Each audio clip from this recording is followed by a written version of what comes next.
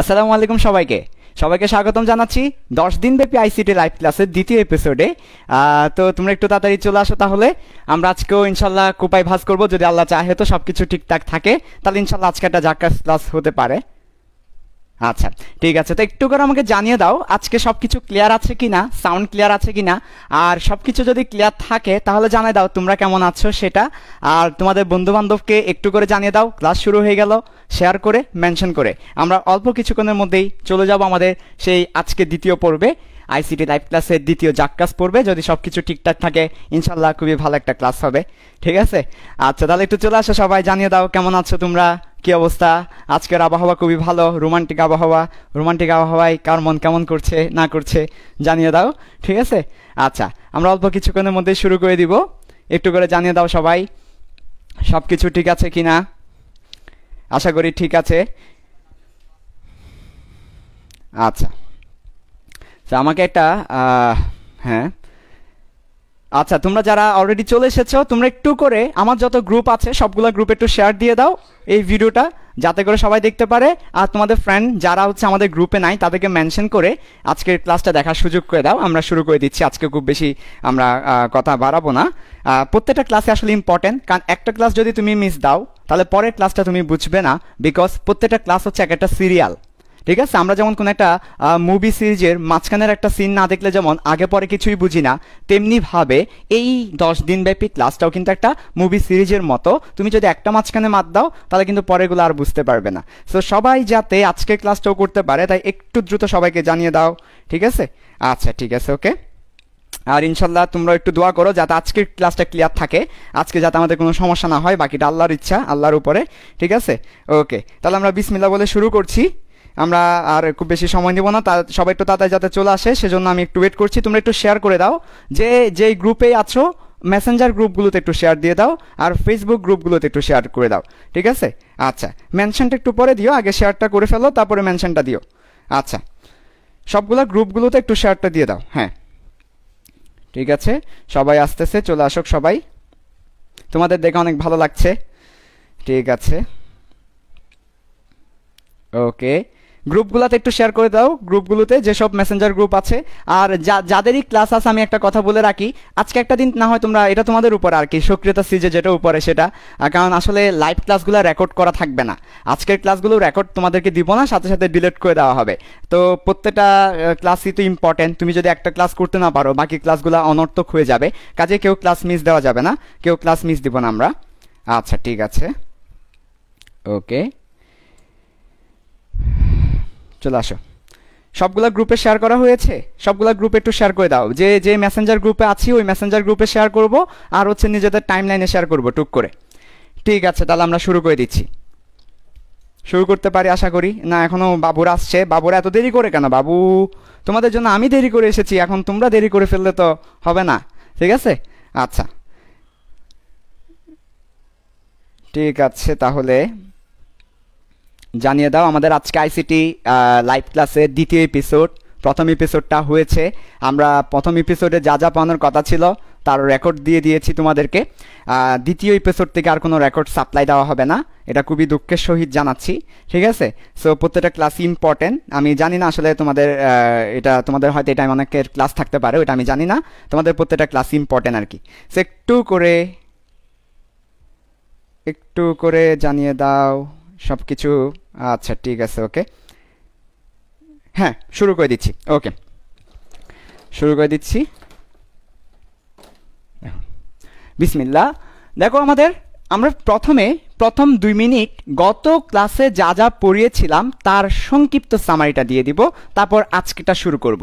Because গত পর্ব যদি আমরা কেউ না বুঝি তাহলে আজকের পর্ব বুঝবো না, তেমনিভাবে আজকের পর্ব কেউ না বুঝলে পরের পর্বটা বুঝতে পারবো না। সো দেখো আমি একটু করে গত পর্বটা খুব দ্রুত সামারি দিয়ে দিচ্ছি। প্রথমে আসো, আমরা কিন্তু প্রোগ্রামিং পড়ছি, সি প্রোগ্রামিং। আকাশেতে লক্ষ্য তারা থাকলো, চাঁদ কিন্তু একটা। তেমনিভাবে প্রোগ্রামিংয়ের মধ্যে লক্ষ্য ভাষা দিয়ে প্রোগ্রামিং লেখা গেল। আমরা কিন্তু আমাদের এই চ্যাপ্টারে, অর্থাৎ আমাদের আইসিটি বইয়ের 5ম নাম্বার চ্যাপ্টার যেটা প্রোগ্রামিংয়ের চ্যাপ্টার, সেই চ্যাপ্টারে সি ভাষাটা পড়ব। তো সি ভাষাটা পড়তে গিয়ে, সি প্রোগ্রামিং পড়তে গিয়ে আমরা আসলে শুরু করেছিলাম। আসলে আমি বলেছিলাম প্রোগ্রামিং জিনিসটা কি, তোমার কাছে একটা প্রবলেম আসছে, তুমি একটা প্রবলেম কি করবে, সলভ করবে, কিন্তু নিজে নয়, মেশিনকে দিয়ে। তো মেশিনকে দিয়ে একটা প্রবলেম সলভ করতে গিয়ে মেশিনকে ইনস্ট্রাকশন দেওয়া লাগবে, বলে দেওয়া লাগবে কিভাবে সলভ করতে হয়। এই যে মেশিনকে যে বলে দেওয়া লাগবে বা ইনস্ট্রাকশন দেওয়া লাগবে কিভাবে একটা প্রবলেম সলভ করতে হয়, সেই ইনস্ট্রাকশনটা আমরা সরাসরি দিয়ে দিতে পারবো না। আগে কিন্তু আমাদের নিজেদেরকে রাফ করতে হবে, আমাদের নিজেদেরকে প্ল্যান করতে হবে যে কিভাবে একটা প্রবলেম সলভ করতে পারি। তারপর সে রাফ যেটা করেছি সেটা এবার ফাইনাল আকারে দিতে হবে। তাহলে কিন্তু একদম সরাসরি কেউ ফাইনাল আকারে দিতে পারবো না। স্বাভাবিকভাবে আমরা যেমন কোনো একটা ম্যাথ প্রবলেম সলভ করতে গিয়ে আগে আমরা খাতার এক কোনায় রাফ করে তারপরে ফাইনালি পরীক্ষায় লিখে আসি, তেমনিভাবে এখানেও তুমি একটা প্রবলেম সলভ করবে মেশিনকে দিয়ে। সো মেশিনকে দিয়ে যখন প্রবলেমটা সলভ করতে যাব, মেশিনকে যে ইনস্ট্রাকশনটা দিব সরাসরি দেওয়া যাবে না, সেটাকে আগে রাফ করে তারপর সেটা ফাইনালে কনভার্ট করতে হবে। তো এই যে রাফ করার বিষয়টা, রাফ আমরা দুইভাবে করতে পারি। একটা হচ্ছে আমরা বর্ণনামূলকভাবে রাফ করতে পারি, আরেকটা হচ্ছে চিত্র এঁকে রাফ করতে পারি। অর্থাৎ একটা প্রবলেম আমি কিভাবে সলভ করে করে আস্তে আস্তে আমি আমার সলিউশনে পৌঁছে যাব, সমাধানে পৌঁছে যাব। এই যে শুরু করলাম, সমাধানে পৌঁছে গেলাম, শুরু করলাম, সমাধানে পৌঁছে গেলাম। এর শুরু থেকে সমাধান পর্যন্ত কিভাবে যাব, ওয়েটা কি, কি বলছি, ওয়ার্ডটি ইম্পর্টেন্ট। ওয়ে, শুরু থেকে শেষ পর্যন্ত আমার কোন পথে যেতে হবে, ওয়েটা কি, শুরু থেকে শেষ পর্যন্ত আমার ওয়েটা কি, সেই ওয়েটা আমরা কিছু বর্ণনা দিয়ে বলতে পারি, মুখের ভাষায় মাতৃভাষায় বর্ণনা দিয়ে বলতে পারি, অথবা সেই ওয়েটা আমরা চিত্র আকারেও দেখাতে পারি। যদি আমরা সেটা বর্ণনা দিয়ে বলি তাহলে সেটা হবে অ্যালগোরিদম, আর যদি চিত্র এঁকে বলি তাহলে সেটা হবে ফ্লোচার্ট। আমরা গতদিন অ্যালগোরিদম নিয়ে কথা বলেছি, একেবারে অ্যালগোরিদম কিভাবে এসেছে, অ্যালগোরিদমের জন্ম কোথায় থেকে, তার পরবর্তীতে অ্যালগোরিদম কয় প্রকার, কিভাবে অ্যালগোরিদম লিখতে হয় সেটা নিয়ে আলোচনা করেছি। সো আজকের পর্বটা হবে, আজকে কোনো অ্যালগোরিদম নিয়ে আলোচনা করব না আমরা, আজকে আলোচনা করব আমরা চিত্র নিয়ে, ফ্লোচার্ট নিয়ে। তোমরা যারা এখন অ্যালগোরিদমের ভিডিওটা দেখো নাই, আমাদের ফিল্ড সায়েন্সের গ্রুপে রেকর্ড ভিডিও দেওয়া আছে, তোমরা একটু লাইভ শেষে দেখে নিও। আচ্ছা, সো আজকে আমরা দেখব ফ্লোচার্ট নিয়ে। তবে একটা বিষয় কি জানো, দেখো তো, এই যে ইনস্ট্রাকশন যে দিচ্ছি মেশিনকে বা রাফ আকারে, সেটা কিন্তু আমরা দিচ্ছি কিভাবে, ভালো করে খেয়াল করো, বর্ণনামূলক অথবা চিত্র। তাহলে এই যে বর্ণনামূলকের সাথে চিত্রের একটা সম্পর্ক কিন্তু আছে, এটা ভাবার দরকার নাই। অ্যালগোরিদম এক ধরনের জিনিস, এক জগতের জিনিস, এক গ্রহের প্রাণী, ফ্লোচার্ট আরেক গ্রহের প্রাণী, এটা না। আসলে ব্যাপারটা হচ্ছে অ্যালগোরিদমের সাথে, ফ্লোচার্টের সাথে, ফাইনাল কোডের তিনটারই একদম ওতপ্রোত সম্পর্ক। তিনটাই আসলে সেম জিনিস। অ্যালগোরিদম যা, ফ্লোচার্ট তাই, এর পরবর্তীতে ফাইনাল কোড তাই, শুধুমাত্র ড্রেস চেঞ্জ করে তারা। যেমন ফর এক্সাম্পল, আমি এখন শার্ট পরে এসেছি কিন্তু আমি সায়েমে আছি। আমি যদি এখন জুব্বা পরে আসতাম, ইয়া হাবিবি, তাহলে কিন্তু আমি তখনই সায়েম থাকতাম, জাস্ট জুব্বা পরেছি। আমি যদি সেন্টু গেঞ্জি পরে আসতাম তখন আমি সায়েমে থাকতাম, জাস্ট আমার পোশাকটা চেঞ্জ করছি। তাহলে আমার রূপ চেঞ্জ হচ্ছে, আমার অ্যাপিয়ারেন্স চেঞ্জ হচ্ছে, আমি মানুষটা চেঞ্জ হচ্ছি না। তেমনিভাবে আমার অ্যালগোরিদম বলি, ফ্লোচার্ট বলি, ফাইনাল কোড বলি, প্রত্যেকটা জিনিসই একটাই জিনিস, শুধুমাত্র রূপ বদলায়, রূপ চেঞ্জ হয়। কাজে এটা ভাবার দরকার নাই অ্যালগোরিদম ভিন্ন জিনিস, ফ্লোচার্ট ভিন্ন জিনিস, তাদের মধ্যে একটা সম্পর্ক আছে। বোঝাতে পেরেছি, শুধু রূপ ভিন্ন। তো আজকে আমরা ফ্লোচার্ট নিয়ে দেখব এবং আগামী দিন আমরা ফাইনাল কোড নিয়ে দেখব। আজকে আমরা দেখব ফ্লোচার্ট নিয়ে, সাথে অ্যালগোরিদম নিয়েও কয়েকটা প্র্যাকটিস করবো আমরা। ফ্লোচার্ট দেখার পরে অ্যালগোরিদম এবং ফ্লোচার্ট নিয়ে কয়েকটা প্র্যাকটিস আমরা যাব। আচ্ছা, তোমাদেরকে একটু করে বলে রাখি, তোমাদের এই যে এই চ্যাপ্টারটা পরে তোমাদের লাভটা কি, আজকের লাইভ ক্লাস করে তোমাদের লাভটা কি হবে। আজকের লাইভ ক্লাস কিংবা এই চ্যাপ্টারটা পরে তোমাদের লাভ হবে, তোমাদের যদি আইসিটি পরীক্ষা দিতে যাও, আইসিটি পরীক্ষাটা হয় 100 মার্কের, তার মধ্যে 75 মার্কের রিটেন আর 25 মার্কের প্র্যাকটিক্যাল। সে 75-এর মধ্যে আমি যদি পার্সেন্টেজ আকারে বলি তাহলে তোমাদের 40%, 30ও বলবো না আমি, 40%, 100-র মধ্যে 40% প্রশ্ন কিন্তু এই একটা চ্যাপ্টার থেকে আসবে। তার মানে বুঝতে পারছো কতটা গুরুত্বপূর্ণ একটা চ্যাপ্টার দিয়ে শুরু করেছি। আইসিটি যে প্রশ্নটা অ্যানালাইসিস করলে 40%, 40% প্রশ্ন শুধু এই চ্যাপ্টার থেকে আসবে। এ কথার অর্থ এটাই বুঝায়, ভাই আমরা তাহলে কোনো চ্যাপ্টারই পড়বো না, আমরা শুধু এই চ্যাপ্টারটাই পড়বো, তাহলে কি আমরা পাস করে ফেলতে পারবো? না, শুধু পাস করতে পারবা না, আরও 7 মার্ক বেশি পাবা তুমি। শুধু যদি কেউ এই চ্যাপ্টারের বাপ হয়, বস হয়, সে 40 পাবে, তার মানে সে পাস করার পর আরও 7 নাম্বার এক্সট্রা পাবে। বুঝাতে পেরেছি? এখানে চ্যাপ্টারটি ইম্পর্টেন্ট। তো 40% প্রশ্নের মধ্যে অ্যালগোরিদম থেকে প্রশ্ন আসবে, অ্যালগোরিদম থেকে প্রশ্ন আসে 10%, ফ্লোচার্ট থেকে প্রশ্ন আসে 10%, আর কোড থেকে প্রশ্ন আসে 10%, তিনটা মিক্স করে এমসিকিউ বা বিভিন্ন রকমের আসতে পারে, বাকি 10%। সো প্রত্যেকটা কনসেপ্ট সমান ইম্পর্টেন্ট। বুঝাতে পেরেছি? অ্যালগোরিদম যেমন ইম্পর্টেন্ট, ফ্লো চার্ট তেমন ইম্পর্টেন্ট, ফাইনাল কোড তেমন ইম্পর্টেন্ট। সবগুলোই ভালো করে বুঝতে হবে। আচ্ছা, আর আমাদের একটা সবচেয়ে বড় হতাশার বাণী, যেটা আমরা আশা করেছিলাম কিন্তু হতাশায় পরিণত হয়েছে, সেটা হচ্ছে আমাদের স্টুডেন্টরা এই সি প্রোগ্রামিংটা বুঝে না। কেন বুঝে না?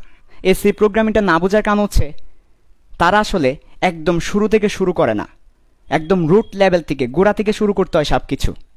তোমাকে যদি আমি শিখিয়ে দিই 2 আর 5 যদি যোগ করি 7 হয়, না, এটা নয়। আমাকে শিখাতে হবে 2 এর সাথে 5 যোগ করলে কিভাবে 7 হয়, হাউ। এই যে হাউ জিনিসটা আমরা শিখি না, আমরা জাস্ট হচ্ছে জিনিসটা পড়ে যাই, কিভাবে লিখতে হবে, কিভাবে অ্যান্সার করতে হবে সেটা। বাট ওইটার যে ব্যাকগ্রাউন্ড, এটা কিভাবে হয়, মেকানিজমটা কি, এর ভিতরে কি খেলা চলতেছে, কি নাটক চলতেছে, ওই ভিতরের নাটক আমরা দেখি না। তো ভিতরের নাটক যদি কেউ দেখে পড়ো, তার জন্য সি প্রোগ্রামিং সবচেয়ে সহজ হবে। ঠিক আছে? আচ্ছা, আমরা আর কথা না বাড়িয়ে আমরা ফ্লো চার্ট শুরু করছি। তাহলে দেখো, আজকের ক্লাসটা হবে ফ্লো চার্টের উপর, এপিসোড 2। তোমরা এখনও যারা মেনশন করো নাই, মেনশন থামাবা না, মেনশন চলতে থাকবে, আমাদের মেনশন চলবেই। আর একটু করে দেখে নিই সব কিছু ঠিক আছে কিনা। আমি ফ্লো চার্ট শুরু করে দিচ্ছি। সো ফ্লো চার্ট শুরু করার আগে তোমাদের ফ্রেন্ডদেরকে একটু জানিয়ে দাও।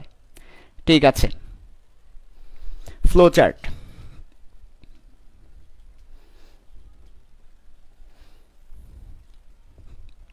ফ্লো চার্টের ফিলিংস দিব তোমাদেরকে। প্রথমে দিব ফ্লো চার্টের ফিলিংস। ফ্লো চার্টের ফিলিংস দেওয়ার পরে যাব ফ্লো চার্টের সিম্বল, প্রতীক। তারপরে যাব কেমনে ফ্লো চার্ট লিখে, স্ট্রাকচার। তারপরে যাব প্র্যাকটিস। এর পরবর্তীতে মজা। এর পরবর্তীতে ক্লাসটা শেষ হবে। বুঝাতে পেরেছি? তাহলে দেখো, ফ্লো চার্টের ফিলিংস দিব প্রথমে, তারপর ফ্লো চার্টের সিম্বল দেখাবো, তারপর ফ্লো চার্টের স্ট্রাকচার দেখাবো, তারপর প্র্যাকটিস দেখাবো, তারপর মজা দিব, তারপর শেষ করব। এবং দেখো তো, আমি এই কাজটা কিন্তু একদম সিরিয়ালি লিখেছি না, তাই না? একটা অ্যারো দিয়ে দেখো না, এটা ফ্লো হচ্ছে না। আমি কি কি করে আজকের ক্লাসটা শেষ করব, একটা ফ্লো হচ্ছে না। অলরেডি আমি কিন্তু তোমাদের বোর্ডে ফ্লো চার্ট দেখিয়ে ফেলেছি। এটাই কিন্তু একটা ফ্লো চার্ট, ভেরি ইন্টারেস্টিং, কিন্তু খুবই মজার। এটা কিন্তু ফ্লো চার্ট। আচ্ছা, সব ঠিক আছে তো? আচ্ছা, ঠিক আছে, ওকে। তাহলে প্রথমে ফ্লো চার্টের ফিলিংস দিয়ে শুরু করি, ওকে। তার পরবর্তীতে ধীরে ধীরে আমরা চলে যাব বাকি টপিকসগুলোতে। বললামই আজকের ক্লাসটা খুবই ইম্পর্ট্যান্ট, বিকজ আজকে তোমরা ফ্লো চার্ট শিখবে। এখন ফ্লো চার্ট যদি তুমি না পারো, তুমি কিন্তু কোড পারবে না। আমরা বাকি 4 দিন ধরে কোড করব, ওই কোডের জন্য কিন্তু ফ্লো চার্ট দরকার। সো আজকে না করা মানে বাকি দিনগুলো ক্লাস না করেও কোনো লাভ হবে না। আচ্ছা, তো প্রথমে আসো, আমি গতদিন তোমাদেরকে দেখিয়েছিলাম, মনে করো আমি বললাম চা বানাবো, গতদিনের পড়া চা বানাবো। তো চা কিভাবে বানাই? স্টেপ 1 হচ্ছে পানি গরম করো। 2 নাম্বার স্টেপ ছিল চা পাতা ডালো। 3 নাম্বার স্টেপ ছিল রন এসেছে কিনা দেখা। 4 নাম্বার স্টেপ ছিল রন আসলে দুধ চিনি মিশানো। আচ্ছা, ঠিক আছে, ওকে। তো দেখো ভালো করে, চা বানানো, আমরা কিভাবে চা বানাতে পারি, কিভাবে আমরা চা বানাবো। আমি কিন্তু স্টেপ ওয়াইজ বলে দিয়েছি চা কিভাবে বানাতে হয়। পানি গরম করতে হবে, চা পাতা ঢালতে হবে, এরপর রন এসেছে কিনা দেখতে হবে, এরপর দুধ চিনি মিশাতে হবে। এবং তোমাকে স্টেপ ওয়াইজ যেতে হবে কিন্তু। স্টেপ 1 এর পর স্টেপ 2, স্টেপ 2 এর পর স্টেপ 3, স্টেপ 3 এর পর স্টেপ 4। এভাবে যদি তুমি যাও, তাহলে তুমি একটা কাজ সম্পাদন করতে পারবে। এটাকে বলছি আসলে কি। তো আমাদের গতদিন বলেছিলাম যে চা কিভাবে বানাতে হয় স্টেপ ওয়াইজ যদি আমরা যাই। এই যে স্টেপ ওয়াইজ, একটু করে বলো তো, আমি এখানে যা যা লিখেছি এর বৈশিষ্ট্যটা কি কি। আমি এখানে লিখেছি পানি গরম করুন, চা পাতা ঢালুন, রন এসেছে কিনা দেখুন, দুধ চিনি মিশান। আমি বর্ণনা দিয়েছি না? কিসের বর্ণনা? চা কিভাবে বানাতে হয় তার বর্ণনা। কিসের বর্ণনা? চা কিভাবে বানাতে হয় তার বর্ণনা। তাহলে 1 নাম্বার বৈশিষ্ট্য আমি যা লিখেছি তার বৈশিষ্ট্য হচ্ছে বর্ণনামূলক, ডেসক্রিপশন। 2 নাম্বার বৈশিষ্ট্য হচ্ছে স্টেপ ওয়াইজ লিখেছি আমি, স্টেপ ওয়াইজ। তাহলে এভাবে যদি বর্ণনামূলকভাবে যদি কোনো কিছু স্টেপ ওয়াইজ লেখা হয়, কোনো একটা কাজ আমি লিখলাম, কোনো কাজ কিভাবে করব, কোনো কাজ কিভাবে, হাউ, কোনো কাজ হাউ, কিভাবে করব, কিভাবে করব, সেই জিনিসটা যদি বর্ণনামূলকভাবে স্টেপ ওয়াইজ লেখা হয়, কোনো একটা কাজ কিভাবে করব সেটা যদি বর্ণনামূলকভাবে স্টেপ ওয়াইজ লেখা হয়, তখন সেটাকে বলি অ্যালগরিদম। দুইটা বৈশিষ্ট্য, বর্ণনামূলকভাবে স্টেপ ওয়াইজ লিখলে সেটাকে বলি অ্যালগরিদম। আচ্ছা ঠিক আছে, ওকে, ভালো কথা। আমরা কিন্তু ফ্লো চার্টের ফিলিংসটা দিচ্ছিলাম। ওকে, তাহলে এবার দেখো তুমি কিভাবে চা বানাও সেটা কিন্তু তুমি জানো। এই যে তুমি বাঙালি, তুমি মাতৃভাষায় লিখে আছে চা কিভাবে বানাতে হয় সেটা পড়ে বুঝে নিয়েছো। আমি যদি এটা পড়ি আমি কিন্তু চা বানাতে পারবো, তোমরাও কিন্তু চা বানাতে পারবে। কিন্তু মনে করো একজন জাপানিজ আসছে আমাদের কাছে। একজন জাপানিজ আসার পরে সেই জাপানিজকে আমরা চা খেতে দিলাম। আমাদের বাসায় একজন জাপানিজ মেহমান বেড়াতে এসেছে, আমরা তাকে চা খেতে দিলাম। আমাদের বাসায় একজন জাপানিজ মেহমান আসছে, তাকে আমরা চা খেতে দিলাম। সে চাটা খেয়ে খুবই তৃপ্তি সহকারে চাটা খেলো। খাওয়ার পরে বলল, বাহ দারুণ তো, এ আবার কি জিনিস এটা, আচ্ছা বলুন তো এটা কিভাবে বানাই। সে ইংলিশে বা জাপানিজ ভাষায় সে কোনো মতে বলল আর কি, বা ইশারায় বুঝাই দিল যে এটা কিভাবে বানায়। সে তো আর বাংলা ভাষা বলতে পারে না, জাপানিজ তো আর বাংলা ভাষা বলতে পারে না, কিংবা জাপানিজ ইংলিশও ভালো করে পারে না। সে ইশারা ইঙ্গিতে বুঝাই দিল যে চাটা আপনি কিভাবে বানান। তো চায়ের কথা যখন চলে আসছে, চা কিভাবে বানান জাপানিজকে আমরা বুঝাবো, তার আগে একটা চায়ের গল্প নিয়ে নিই, ঠিক আছে? বলবো একটা গল্প বলি চা নিয়ে, আমার খুব মজার একটা গল্প আর কি। একটু দেখি কার কি অবস্থা। আচ্ছা, একটু করে একটা গল্প বলি, খুবই মজার গল্প আর কি। এটা সেই অনেক আগের গল্প, ব্রিটিশ আমলের একটা গল্প। আচ্ছা ঠিক আছে, ওকে। আমাদের কি সব কিছু ক্লিয়ার আছে? ভিডিও ক্লিয়ার আছে না ব্লার হচ্ছে? ক্লিয়ার আছে? আচ্ছা ঠিক আছে, আমাকে একটু জানাও তো ভিডিও ক্লিয়ার আছে কিনা। আচ্ছা আচ্ছা, একটু করে জানাও ভিডিও ক্লিয়ার আছে কিনা, তারপর আমরা আমাদের গল্পটা বলবো। নাকি ব্লার হচ্ছে সেটা বলো। যদি কারো ব্লার হয় তোমরা তোমাদের কোয়ালিটিটা কমিয়ে দাও। আচ্ছা ঠিক আছে, ভিডিও ক্লিয়ার আছে?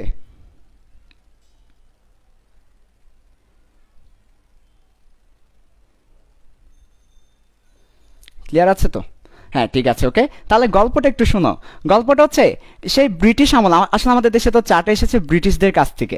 তো প্রথম সেই ধরো আজকে থেকে 200 বছর আগে, তো আজকে থেকে 200 বছর আগে যখন আমাদেরকে ব্রিটিশরা শাসন করছিল, ব্রিটিশ এটা একটা তোমরা সবাই জানো, ব্রিটিশদের একটা শাসন ছিল উপমহাদেশে। তো এই যে তখনকার সময়ে প্রথম ব্রিটিশরা করেছে কি, প্রথম ব্রিটিশরা করেছে বাঙালিরা চা খেতে চাইতো না, কারণ চাটা একটা নতুন জিনিস তাদের সামনে নিয়ে আসছে। তো চাটা বাঙালিরা খেতে চাইতো না। তখন ব্রিটিশরা ঘোষণা করলো যে চা খাবে তাকে ব্রিটিশরা 5 টাকা দিবে। দেখো টেকনিকটা ভালো করে খেয়াল করো, গল্পটা খুবই শিক্ষণীয়। হ্যাঁ, তোমাদের জীবনে খুব ভালো একটা শিক্ষা পাবে এই গল্প থেকে। আমি নিজে আসলে এই গল্পের ধারা অনেক বেশি অনুপ্রাণিত, এবং বলবো আর কি কীভাবে সেটা। আচ্ছা দেখো, তো ব্রিটিশরা ঘোষণা করলো যদি কোনো বাঙালি চা খায় তাকে 5 টাকা দেওয়া হবে। আমি গল্প আকারে বলছি আর কি, এটা আবার রিয়েলিস্টিক না, তখনকার সময় 5 টাকা অনেক বেশি ছিল, ওইরকম আবার রিয়েলিস্টিক মিলাইও না। হ্যাঁ, এটা জাস্ট গল্প আকারে বলছি বোঝার জন্য। আচ্ছা, তাহলে দেখো বললো যে ব্রিটিশরা যদি কোনো বাঙালি চা খায় তাকে 5 টাকা দিবে। আচ্ছা, এখন বাঙালিরা তো খুবই টাকার লোভী, অর্থ লোভী। তো বাঙালিরা করলো কি, 5 টাকা পাওয়ার লোভে বাঙালিরা চা খাওয়া শুরু করলো। একবার চা খাই 5 টাকা পায়, এভাবে একবার চা খাই 5 টাকা পায়, এভাবে বাঙালিরা বেশি বেশি চা খাওয়া শুরু করে দিয়েছে। তো আমরা সবাই জানি চা হালকা একটু নেশা করে, মানে ওয়ান কাইন্ডস অফ চা খেলে যারা চা খেতেই থাকে তাদের চা না খেলে কেমন জানি লাগে, শরীরটা নিষ্পিস হয়ে যায়, চা খাওয়াটা হঠাৎ করে ছেড়ে দেওয়া যায় না আর কি। তো বাঙালিদেরকে তো 5 টাকা দিয়ে চা খাওয়াতে অভ্যস্ত করে ফেলছে, যে 5 টাকা দিয়ে চা খাওয়াতে বাঙালিদেরকে অভ্যস্ত করে ফেলছে। এখন ব্রিটিশরা কিন্তু খুবই চালাক, ঠিক আছে, ওরা তো স্বাভাবিক, ওদের মাথাটা অনেক ভালো চলে। তো ব্রিটিশরা চিন্তা করলো, আচ্ছা বাঙালিরা তো এখন চা খেতে খেতে অভ্যস্ত হয়ে গেল, তাহলে একটা কাজ করি। কি একটু ভিডিও কি কোনো সমস্যা হচ্ছে? স্ক্রিনে হাত দিলেও নয়, বারবার ব্লারনেস আসবে, স্ক্রিনে হাত না দিলে ভালো। আচ্ছা, তো তখন ব্রিটিশরা চিন্তা করলো, আচ্ছা একটা কাজ করি, বাঙালিরা তো চা খেতে খেতে অভ্যস্ত হয়ে গেছে, এবার ওদেরকে 5 টাকা দেওয়াটা বাদ দিয়ে দিই, এমনি চা খাবে, তারা তো অভ্যস্ত হয়ে গেছে। তখন ব্রিটিশরা ঘোষণা করলো, আজকে থেকে চা খাওয়ার জন্য কোনো টাকা দেওয়া হবে না, তবে কোনো টাকাও নেওয়া হবে না, অর্থাৎ আজকে থেকে চা খাওয়াটা ফ্রি, তুমিও কিছু পাবে না, আমিও কিছু দিব না, তুমি দিবে না কিছু, আমি দিব না কিছু, ঠিক আছে? আচ্ছা, আজকে থেকে চা খাওয়াটা ফ্রি, অর্থাৎ তোমাকেও দিতে হবে না, আমাকেও দিতে হবে না, ব্রিটিশরাও কোনো টাকা দিবে না, বাঙালিরাও কোনো টাকা দিবে না চা খাওয়ার জন্য। আচ্ছা, এবার বাঙালিরা বললো, হ্যাঁ টাকাটা বন্ধ হয়ে গেল, যা খাবো না। কিন্তু খাবো না বললো আসলে না খাই কোনো অভাব নাই। তো না খেয়ে আসলে কোনো উপায় নাই, কারণ হচ্ছে তারা অভ্যস্ত হয়ে গেছে। চাটা তো আমরা সবাই জানি যে চা খেলে সেটা খেতেই মানে না খেলে কেমন জানি লাগে, অভ্যস্ত হয়ে গেল। তখন বললো আচ্ছা সমস্যা নাই, টাকা তো দিতে হচ্ছে না, ফ্রি, খেয়ে ফেলি। তখন বাঙালি আর খাওয়া শুরু করলো ফ্রিতে। এইভাবে অনেকদিন চললো। ব্রিটিশরা তো খুব চালাক, তাই না? এবার ব্রিটিশরা করলো কি ভাই দেখো, এবার ব্রিটিশরা বলছে বাঙালিরা তো চা খাওয়ার প্রতি মারাত্মকভাবে আসক্ত হয়ে পড়েছে, তাহলে এবার একটা কাজ করি, এবার হচ্ছে টাকা শুরু করে দিই। এবার বাঙালিরা চা খাবে, টাকা দিবে। এবার হচ্ছে প্রত্যেকটা চায়ের দাম দিল 2 টাকা, যে 1 কাপ চা খেতে হলে তোমাকে 2 টাকা করে দিতে হবে। এবার বাঙালিরা পড়ছে মহা মুশকিলে, এখন কি করা যায়?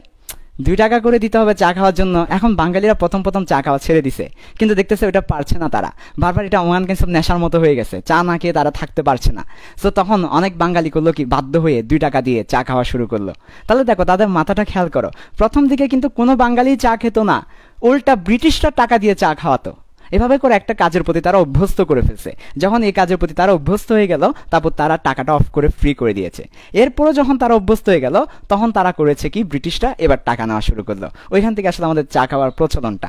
তো ব্যাপারটা আসলে শিক্ষণীয়টা কোন জায়গায় দেখো, তুমি যদি কোনো কিছু থেকে ইনকাম করতে চাও, তাহলে আগে তোমাকে ফ্রি খাওয়াইতে হবে। হ্যাঁ, এখানে আজকে 10 দিনে ফ্রি আইসিটি লাইভ ক্লাস, ঠিক আছে? সো যদি অভ্যস্ত হয়ে যাও, ভালো লাগা শুরু হয়, এর পরবর্তীতে ইনশাল্লাহ তোমরা ভর্তি হয়ে যাবা, ঠিক আছে? আজকের গল্পটা শিক্ষা, মোরাল অফ দ্য স্টোরি হচ্ছে এটাই আর কি, ঠিক আছে? আচ্ছা, যাই হোক, তো ঠিক আছে। আসলে ওই এটা আমি বলবো না পড়ানোটা বিজনেস, অবশ্য বিজনেস বললে সমস্যা নাই, বিজনেস কি খারাপ নাকি? এই যে মনে করো ফুড পান্ডা আমরা যখন ওই বুয়েটে হলে থাকতাম, তখন দেখতো যে আমাদেরকে একদম ফ্রি দিয়ে দিত, কাচ্চি বিরিয়ানি দিত 50 টাকায়, 150 টাকার কাচ্চি বিরিয়ানি আমাকে অফার দিয়ে দিত 50 টাকায়। আস্তে আস্তে ফুড পান্ডাকে অনেক অফার দিতে দিতে আমরা খেতে খেতে ফুড পান্ডার উপর অনেক বেশি অভ্যস্ত হয়ে যায়। পরবর্তীতে আস্তে আস্তে ওরা অফারগুলো বাদ দিয়ে এখন ওরা আবার ডেলিভারি ফি পর্যন্ত অ্যাড করে ফেলেছে। তো সবগুলো আসলে এমন আর কি, প্রথমে ফ্রি দিবে, তারপর হচ্ছে ওই সাথে অভ্যস্ত হয়ে গেলে তারপর তোমাকে কি করতে হবে, পে করতে হবে। তো এটা হচ্ছে ব্রিটিশ এবং বাঙালিদের চা খাওয়ার গল্প। তো ঠিক আছে, সমস্যা নাই। এখন আমরা যদি ওই আমলের হতাম কত ভালো হইতো, যে চা খেলে 5 টাকা দিতে হইতো। বিশ্বাস করো ভাই, আমি 24 ঘন্টায় মনে হয় একদম না কমপক্ষে না হলেও 100 বারের উপর চা খেতাম। তাহলে আমার ইনকাম কত হতো? 100 × 5, 500 টাকা। ওরে ভাই রে ভাই, 500 টাকা মানে বুঝো তুমি? বাবুকে দিতে পারতাম, বুঝছো? বাবুকে এখন কিছু দিতে পারতেছি না, তখন 500 টাকা দিয়ে বাবুকে কিছু দিতে পারতাম আর কি। অবশ্য যাই হোক, বাদ দাও। আচ্ছা, যেটা বলছিলাম, তো চা খাওয়ার গল্পটা বাদ দিই, এখন আমরা চা খাওয়ার বিষয়টাতে আসি। জাপানিজকে এখন আমার চা খাওয়াতে হবে। আচ্ছা ঠিক আছে, জাপানিজকে চা খাওয়াতে হবে। এবং এখানে কিন্তু রন চা খাওয়াইলে হবে না, তোমরা আবার অনেকে রন চা বলতেছো। রন চা না, দুধ মিশিয়ে চা দিতে হবে। দুধের দাম বেশি, হাত দেওয়া যায় না, আমরা জানি। হাত দেওয়া না গেলেও দিও, আনালে তো জাপানিজ মন খারাপ করবে, ঠিক আছে না? আচ্ছা ঠিক আছে, তাহলে দেখো দুধ চিনি মিশিয়ে আমরা এখন চা খাওয়াবো। ওকে, ঠিক আছে, ভালো করে খেয়াল করো। তাহলে এখন জাপানিজকে আমি কিভাবে বুঝাবো যে চা কিভাবে বানায়? জাপানিজ তো আর বাংলা ভাষা বুঝে না। জাপানিজকে যদি আমি বলি পানি গরম করুন, ও বলবে এরপর জাপানিজকে যদি বলি এরপর চা পাতা ঢালুন, ও বলবে এরপর যদি রন এসেছে কিনা, ও বলবে হুসৈন্না বদ্দার মতো, ওই যে হুসৈন্না বদ্দা, মাহবুর ভাই হুসৈন্না বদ্দা, ওর মতো বলবে দুধ চিনি মিশাও, এই যে করতে থাকবে, ও কিছু বুঝবে না। তাহলে জাপানিজকে আমি কিভাবে বুঝাতে পারি? তোমরা অনেকে বলবে ভাই ইংলিশে কনভার্ট করে দেন। আসলে জাপানিজরা ইংলিশও ভালো করে বুঝে না। চাইনিজ, জাপানিজ ওরা ইংলিশ খুব বেশি ভালো বুঝে না আর কি। আর ইংলিশে কনভার্ট করে দেওয়াটা হয়তো আমাদের জন্য খুব ভালো বেটার ওয়ে হবে না। আমাদের দেখতে হবে যে আরও কোনো বেটার ওয়ে আছে কিনা।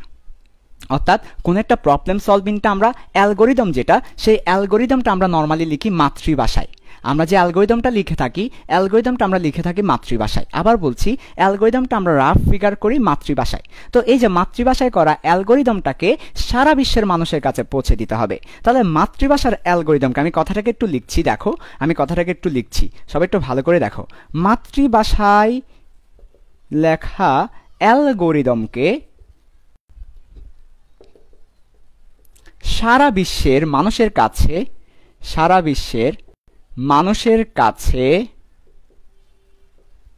পৌঁছে দিতে হবে, বুঝিয়ে দিতে হবে। এখন সারা বিশ্বের মানুষ কিভাবে বুঝতে পারবে? এটা তো আমার মাতৃভাষায় লেখা, আমার বাংলা ভাষায় লেখা। জাপানিজ কিভাবে বাংলা ভাষা বুঝতে পারবে? তখন আসলে দেখো সবচেয়ে বেটার ওয়ে হচ্ছে চিত্রের মাধ্যমে বুঝিয়ে দেওয়া। চিত্রের মাধ্যমে বুঝিয়ে দেওয়াটা হচ্ছে সবচেয়ে বেটার। আমি যদি একটা চিত্র এঁকে বলে দিই এই চিত্র দ্বারা এটাই বুঝাই, তাহলে এটাই হচ্ছে সবচেয়ে বেটার ওয়ে। তো দেখো ভালো করে আমরা এখন চিত্রের মাধ্যমে মানুষকে বুঝিয়ে দিব কিভাবে চা বানাতে হয়।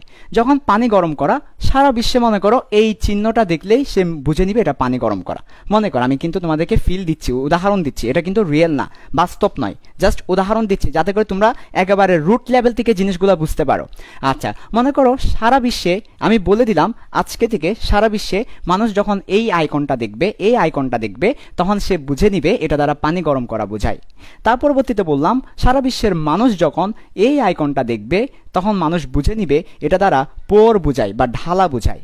এর পরবর্তীতে সারা বিশ্বের মানুষ যখন এইরকম একটা বৃত্তের মধ্যে এইরকম একটা ফুটা দেখবে, অর্থাৎ কি দেখবে, বিন্দু দেখবে বা ফুটা দেখবে, তখন সে বুঝে নিবে রন এসেছে কিনা। তাহলে সারা বিশ্বের মানুষকে আমি বলে দিলাম তুমি একটা বৃত্তের মধ্যে একটা ফুটা দিলে সেটা রন এসেছে কিনা বোঝায়। ঠিক আছে, আমি এটা বলে দিলাম সারা বিশ্বের মানুষের কাছে, তোমরা সবাই সারা বিশ্বের মানুষ তখন বুঝে নিবে এটা দেখলেই রন এসেছে কিনা। তারপরে দুধ চিনি মিশানো, আমি মনে করো এই যে এভাবে করে যখন দিব, তারপর দুধ চিনি মিশানো আর কি। মনে করো আমি ভাই জাস্ট বুঝাচ্ছি তোমাদেরকে, এটা কিন্তু রিয়েল না, তোমরা জিনিসটা বুঝে নাও, ভালো করে ফিল করে নাও, কারণ ভবিষ্যতে কাজে দিবে, এটা সহজ করে দিবে ভবিষ্যৎ পথকে। আচ্ছা তাহলে এই যে দেখো সারা মানুষ এটাকে পানি গরম করা বুঝে নিবে, সারা বিশ্বের মানুষ এটাকে চা পাতা ঢালা বুঝে নিবে, সারা বিশ্বের মানুষ এটাকে রন এসেছে কিনা দেখা সেটা বুঝে নিবে, সারা বিশ্বের দুধ চিনি ঢালা বুঝে নিবে। তার পরবর্তীতে আমি এভাবে একটা তীর চিহ্ন দিয়ে দিলাম, অর্থাৎ বুঝাচ্ছি এটার পর এটা করতে হবে, এটার পর এটা করতে হবে, এটার পর এটা করতে হবে। প্রথমে পানি গরম করতে হবে, তারপরে ঢালতে হবে, তারপর রন এসেছে কিনা দেখতে হবে, তারপর দুধ চিনি মিশানো দেখতে হবে।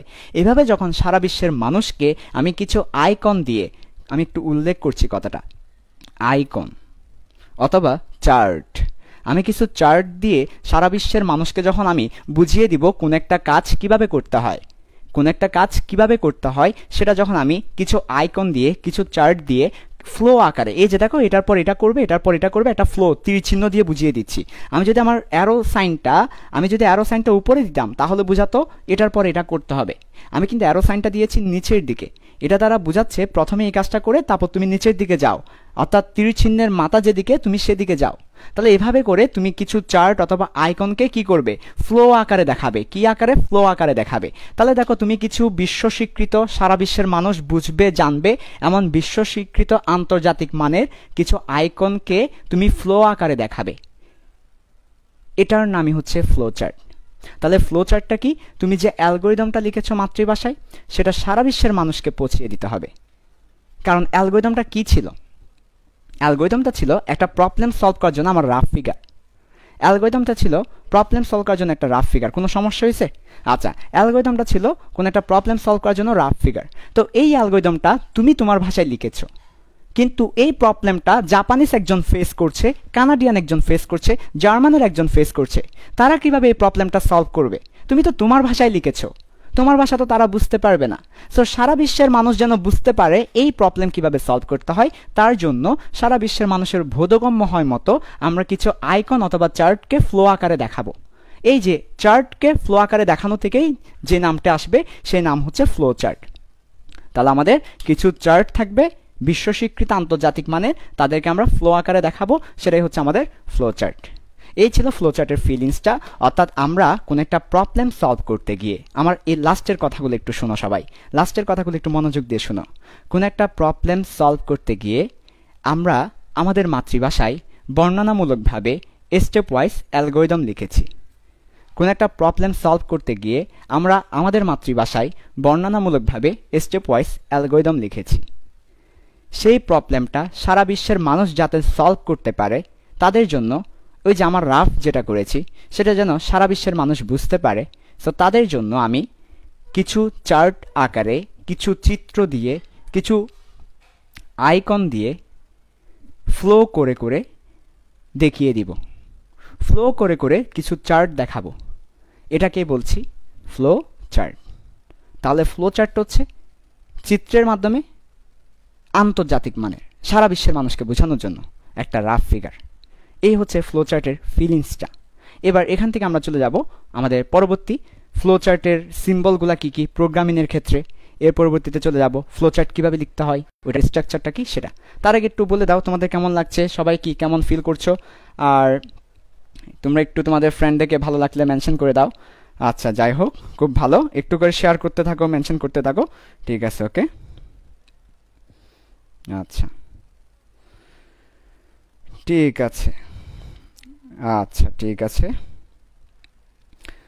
কেমন চলে? চলে তো ভালো না? আচ্ছা ঠিক আছে। আরেকজন খুব ভালো একটা বুদ্ধি দিয়েছে যে গুগল ট্রান্সলেটরে দিয়ে দিলেই তো হয়। ঠিক আছে, তোমাদের বুদ্ধি মাশাল্লাহ অনেক ভালো, প্রশংসা তারিফ করতে হয়। পরীক্ষায় লিখে দিও, স্যার যখন প্রশ্ন করবে কিভাবে একটা অ্যালগরিদমকে সারা বিশ্বের মানুষের কাছে পৌঁছে দিবে, তুমি লিখে দিও স্যার গুগল ট্রান্সলেটর। এরপর স্যার তোমাকে তোমার খাতায় সবিশেষণে বিশেষায়িত করে আল্লাহর খাস রহমত নাজিল করে তার পরবর্তী ইতিহাস রচনা করবে। আচ্ছা ঠিক আছে, ওকে। তো যাই হোক বাবুরা, গতকালকে অনেক বাবু বলেছিলাম, এই গানে ব্লার হয়ে গেছিল। আজকে ব্লার না, মুখ দিয়ে নেওয়া যাবে না, না না, আল্লাহ আল্লাহ আল্লাহ আল্লাহ আল্লাহ আল্লাহ বাসাইও, আল্লাহ বাসাইও, তোবা তোবা তোবা, আস্তাগফিরুল্লাহ লা হাওলা কোথা ইল্লা বিল্লাহ। নেওয়া যাবে না, এই নাম নেওয়া যাবে না আজকে, আজকে নাম নেওয়া যাবে না। ঠিক আছে ওকে, এবার চলে আসো আমরা ফ্লোচার্টের সিম্বল দেখব। আচ্ছা ঠিক আছে ওকে। ওহো, মার্খারও আমার সাথে করেছে খেলা, এই খেলার কতকাল কতটা জীবন, হোক ভুল হোক মিথ্যে প্রভূত, অভিলাষী মন চন্দ্রে না পাক, জ্যোৎস্নায় পাক একটুখানি টাই, কিছুটা তো চাই, কিছুটা তো চাই। তাহলে ফ্লোচার্টের সিম্বলটা আমরা এবার দেখব, ফ্লোচার্টের সিম্বলগুলো আমরা দেখব, বিশ্ব স্বীকৃত ফ্লোচার্টের সিম্বলগুলো। আচ্ছা ঠিক আছে ওকে। একটা কথা বলে রাখি, আমাদের চ্যাপ্টারে আরও অনেক পড়াই আছে, ফ্লোচার্ট কাকে বলে, সংজ্ঞা কী কী, এরপর আরও বেশ কয়েকটা বিষয় আছে, এগুলো কিন্তু আমাদের রেগুলার ক্লাসে পড়াবো, একেবারে নোট করে করে পড়াবো, কিন্তু আমাদের লাইভ ক্লাসে আমরা জাস্ট কি তোমাদেরকে মেইন টপিকসগুলো পড়াচ্ছি। ওকে, তাহলে দেখো ফ্লোচার্টের সিম্বল সবসময় মনে রাখবা, আমাদের একটা কথা মনে রাখবে, স্ট্যান্ডার্ড, এই ওয়ার্ডটা তোমরা অনেক আগে থেকে শুনে এসেছো। স্ট্যান্ডার্ড, স্ট্যান্ডার্ড বলতে কি বোঝায়? স্ট্যান্ডার্ড বলতে বোঝায় যেটা সবার জন্য ভালো বা প্রযোজ্য, সেটাকে আমরা বলি স্ট্যান্ডার্ড। প্রমাণ, যেটা সবার জন্য ভালো, সবার জন্য প্রযোজ্য। যদি আমি বলি বাংলাদেশের মানুষের স্ট্যান্ডার্ড আয় কত, স্ট্যান্ডার্ড ইনকাম কত, বাংলাদেশে কোনো মানুষ আছে 20 কোটি 30 কোটি ইনকাম করে মাসে? কোনো মানুষ আছে মাসে মাত্র 10,000 টাকা ইনকাম করে? আমি যদি বলি স্ট্যান্ডার্ড ইনকাম কত, এমন একটা ইনকাম তোমার বলতে হবে যেটা সব মানুষের সাথে মোটামুটি যায়, মোটামুটি সব মানুষের সাথে প্রযোজ্য, সব মানুষের জন্য ভালো, এটাকে বলি স্ট্যান্ডার্ড। যেটা সর্বজনীন, সবার জন্য, সারা বিশ্বের মানুষের জন্য, আন্তর্জাতিক মানের, এটাকে বলি আমরা স্ট্যান্ডার্ড। তা এখন আমরা ফ্লোচার্টের যে সিম্বলগুলো দেখাবো, এই সিম্বলগুলো হওয়া চাই আন্তর্জাতিক মানের, সারা বিশ্বের মানুষের জন্য যাতে ভালো হয়, প্রযোজ্য হয়। তাহলে এই সিম্বলগুলোকে আমরা বলি স্ট্যান্ডার্ড, এবং এই সিম্বলগুলো নির্ধারণ করে দেয়, দেখো ফ্লোচার্টের সিম্বলগুলা নির্ধারণ করে দেয়, মানে কি হবে, কি ধরনের সিম্বল হবে, নির্ধারণ করে দে দুইটা প্রতিষ্ঠান। একটা প্রতিষ্ঠানের নাম হচ্ছে ANSI, আরেকটা প্রতিষ্ঠানের নাম হচ্ছে ISO। এই দুইটা প্রতিষ্ঠান ফ্লোচার্টের সিম্বলগুলো কি কি হবে সেটা নির্ধারণ করে দেয় সারা বিশ্বের মানুষের জন্য, যাতে করে এক একটা দেশ এক এক ধরনের সিম্বল ব্যবহার করে পরস্পরের মধ্যে মারামারি না দেয়। যদি মনে করো এই দুইটা প্রতিষ্ঠান সারা বিশ্বের মানুষের জন্য এই সিম্বলগুলো নির্ধারণ করে না দিত, তাহলে বাংলাদেশ একটা সিম্বল বলতো, ইন্ডিয়া আর একটা সিম্বল বলতো, ফলে দুজনের মধ্যে দ্বন্দ্ব, যার কারণে কারো মনে থাকবে না আনন্দ, এর ফলে তোমার সি প্রোগ্রামিং কিংবা ফ্লোচার্ট লাগবে কি অপছন্দ। তাই এই দুইটা প্রতিষ্ঠান করে কি, এদের দ্বন্দ্বটা মিশিয়ে আনন্দ নিয়ে এসে পছন্দের সাবজেক্ট তৈরি করার জন্য তারা কি করে, সিম্বলগুলোকে আন্তর্জাতিক মানে করে নির্ধারণ করে দেয়। ভাইয়া ANSIটা কি? এ হচ্ছে আমেরিকান, এন দ্বারা ন্যাশনাল, এস দ্বারা স্ট্যান্ডার্ড, আমি সংক্ষেপে লিখলাম স্ট্যান্ডার্ড, আই দ্বারা ইনস্টিটিউশন, ওকে আমি সংক্ষেপে লিখলাম ইনস্টিটিউশন। আর ISO, এটা তোমরা অনেক জায়গায় শুনেছ ISO, যেমন লেকচার গাইডের পেছনেও লিখা আছে ISO সনদপ্রাপ্ত, অনেকগুলো ব্র্যান্ডের পেছনে লিখা আছে ISO সনদপ্রাপ্ত। ইনশাল্লাহ আমাদের ফিল্ড সায়েন্সের পেছনেও দুদিন পরে লেগে যাবে ISO, ঠিক আছে, তোমরা যদি দোয়া করো আর কি, ঠিক আছে। যাই হোক, ফিল্ড সায়েন্স একটা ISO ব্র্যান্ড হয়ে যাবে। তা ISO বলতে বোঝায় ইন্টারন্যাশনাল, এরপর বুঝতেই পারছো যেহেতু স্ট্যান্ডার্ড, সো এস দিয়ে স্ট্যান্ডার্ড হবে, স্ট্যান্ডার্ড। আর যখনই এরকম স্ট্যান্ডার্ড থাকে ও দ্বারা অর্গানাইজেশন হয়, ঠিক আছে, তাহলে ইন্টারন্যাশনাল স্ট্যান্ডার্ড অর্গানাইজেশন, অথবা এটাকে আরেকভাবে বলা যায় ইন্টারন্যাশনাল অর্গানাইজেশন অফ স্ট্যান্ডার্ডাইজেশন, ঠিক আছে। আচ্ছা, ইন্টারন্যাশনাল স্ট্যান্ডার্ড অর্গানাইজেশন, আর ANSI দ্বারা আমেরিকান ন্যাশনাল স্ট্যান্ডার্ড ইনস্টিটিউশন। তো এই দুইটা প্রতিষ্ঠান করে কি ফ্লো চার্টের সিম্বল কি হবে সেটা সবার জন্য নির্ধারণ করে দেয়। এখন আমরা দেখব এই দুইটা প্রতিষ্ঠান কর্তৃক নির্ধারিত, অর্থাৎ দুইটা প্রতিষ্ঠান মিলে, আবার এটা ভাবিও না এই প্রতিষ্ঠান একটা নির্ধারণ করেছে, এই প্রতিষ্ঠান আরেকটা নির্ধারণ করেছে, ব্যাপারটা এমন না। দুইটা প্রতিষ্ঠান একই সাথে কাজ করে, একই সাথে সিদ্ধান্ত নিয়ে তারপর নির্ধারণ করে, একই সাথে কাজ করে, একই সাথে সিদ্ধান্ত নিয়ে তারপরে নির্ধারণ করে। এমন না যে দুইটা প্রতিষ্ঠান আলাদা আলাদাভাবে দুই রকম করে নির্ধারণ করে, ব্যাপারটা তা নয়। আচ্ছা, এখন আমরা দেখব এই দুইটা প্রতিষ্ঠান যেটা নির্ধারণ করে দিচ্ছে সেটা খুবই মজার, ভালো করে খেয়াল করো। এখন আমরা ওই সিম্বলগুলো দেখব। ওকে ভাইয়া, দেখো ভালো করে সিম্বলগুলো, খুবই মজার, খুবই মজার। এবং এই সিম্বলগুলো যদি তুমি না পারো তাহলে কিন্তু তুমি ফ্লো চার্ট করতে পারবে না। আচ্ছা, আমরা বলেছিলাম আমাদের যে অ্যালগরিদমটা ছিল, অ্যালগরিদমের স্ট্রাকচারটা যদি আমরা একটু দেখি, অ্যালগরিদমের স্ট্রাকচারটা কি ছিল? অ্যালগরিদমের যে স্ট্রাকচারটা ছিল মনে পড়ে কিনা দেখো তো। অ্যালগরিদমের স্ট্রাকচার একদম প্রথমে ছিল স্টার্ট, তারপর ছিল ইনপুট, তারপর ছিল প্রসেস, তারপর ছিল আউটপুট, তারপর ছিল স্টপ। এই ছিল বেসিক অ্যালগরিদমের স্ট্রাকচার। এভাবে করে একটা অ্যালগরিদম আমরা লিখে থাকি। তো এমনিভাবে অ্যালগরিদমেরই একটা রূপ হচ্ছে ফ্লো চার্ট। একটু আগে বললাম অ্যালগরিদম, ফ্লো চার্ট কিংবা কোডিং সবগুলাই আসলে সেম, শুধুমাত্র কাপড় চেঞ্জ করে। তাহলে অ্যালগরিদমের একটা স্ট্রাকচার যদি ফ্লো চার্ট হয়ে থাকে তাহলে ফ্লো চার্টের জন্য আমার সিম্বল লিখতে হবে এগুলাই। তো দেখো ভালো করে, আমরা এখন ফ্লো চার্টের সিম্বলগুলো তোমাদেরকে দেখাবো একটা ছক আকারে, যাতে করে তোমাদের বুঝতে কি হয়, সুবিধা হয়। আচ্ছা ঠিক আছে, আমি একবার রিভিউ করছি। আমি এখন ফ্লো চার্টের সিম্বলগুলো ছক আকারে দেখাবো। তো ফ্লো চার্টে কী কী সিম্বল আনা দরকার? স্টার্টের জন্য একটা সিম্বল দেওয়া দরকার, স্টপের জন্য একটা সিম্বল দেওয়া দরকার, ইনপুটের জন্য একটা সিম্বল, আউটপুটের জন্য একটা সিম্বল, প্রসেসের জন্য একটা সিম্বল, ডিসিশনের জন্য একটা সিম্বল, বিভিন্ন ধরনের সিম্বল আমাদের দেওয়া দরকার। আচ্ছা, তো দেখো এখন আমরা দেখব, প্রথমত আমরা সিম্বলটা আঁকবো, তারপরে বলে দিব যে এটার শেপটা কি, তারপর বলে দিব যে এটা কেন, ঠিক আছে, এটা কিসের জন্য, এটার উদ্দেশ্যটা কি, পারপাসটা কি, এই সাইনের পারপাসটা কি, বা এটা দ্বারা আসলে কি বুঝায়, ঠিক আছে, এটা দ্বারা আসলে কি বুঝায় সেটাই দেখাবো তোমাদেরকে। তাহলে আমি একটু ছক আকারে দেখিয়ে দিচ্ছি, তোমরা একটা ছক করে নাও। আচ্ছা, তাহলে দেখো প্রথমে একদম খুব সুন্দর শেপের নাম হবে শোয়ানু। শোয়ানো বললেই তো তোমরা দাঁড়াই যাও, আমি বুঝলাম না। শোয়ানো বললে তোমরা দাঁড়াই যাও। শোয়ানো ভাই, শোয়ানো, দাঁড়ানো না ভাই, শোয়ানো ডিম। তাহলে ডিমকে শোয়াই দিবা, এই যে এমন নর্মালি ডিম হচ্ছে এমন, কিন্তু শোয়ানো ডিম হলে একে শোয়াই দাও। তাহলে যদি শোয়াই দিই ডিমকে তাহলে দেখাবে এমন।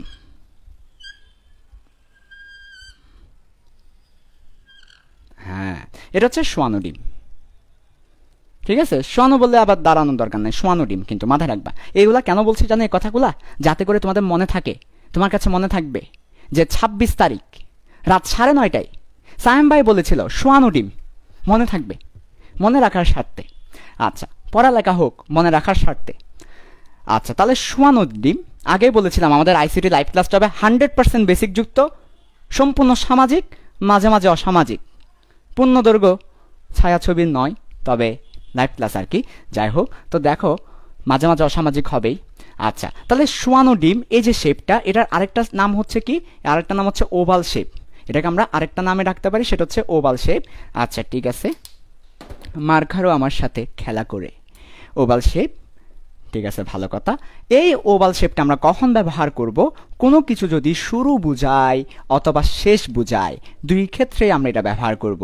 আমরা যখন কোনো কিছু স্টার্ট করব অথবা কোনো কিছু স্টপ করব, স্টার্টের ক্ষেত্রে এই চিহ্ন ব্যবহার না থাকিত বুঝিতে কিভাবে আলোর মর্ম, অন্ধকারই তো ভালো। আচ্ছা ঠিক আছে, যাই হোক, একটু ফ্ল্যাশ লাইটটা অন করে দাও, আর লাইট নিয়ে আসো একটু করে। অন হয়েছে, এই তো ঠিক আছে, ওকে। তাহলে মোটামুটি আশা করি দেখা যাচ্ছে আরেকটু লাইটের ব্যবস্থা করবো আমরা। যাই হোক, কারেন্ট চলে গেলেও আমরা থামবো না, আমরা থামার নয়, আমরা হচ্ছে যাই হোক আমরা চালিয়ে যাব এরকম। এটাও একটা ফিলিংস কিন্তু, হ্যাঁ অনেক ভালো ফিলিংস, মনে থাকবে তোমাদের। আচ্ছা আচ্ছা, লাইটের আরও ব্যবস্থা চলে আসতেছে, হ্যাঁ হ্যাঁ ঠিক আছে, ভেরি গুড, ঠিক আছে, ওকে, এটা দিয়ে দিতে পারো, হ্যাঁ অ্যাঙ্গেল করে, এই যে এই অ্যাঙ্গেলটা দিতে হবে, বোর্ডের অ্যাঙ্গেলে। আচ্ছা ঠিক আছে, ওকে। তাহলে আশা করি দেখা যাচ্ছে, তাই না? হ্যাঁ হ্যাঁ, ভেরি গুড, ঠিক আছে। দেখো একটু কেমন লাগে, আমি তারপরে শুরু করবো আর কি।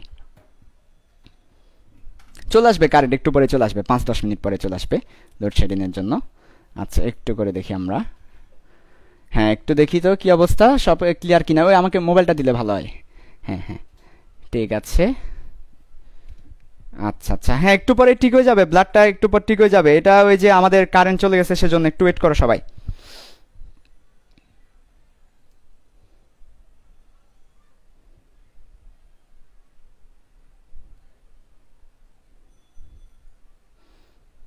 এটা কি মোবাইলটা অন করেছো?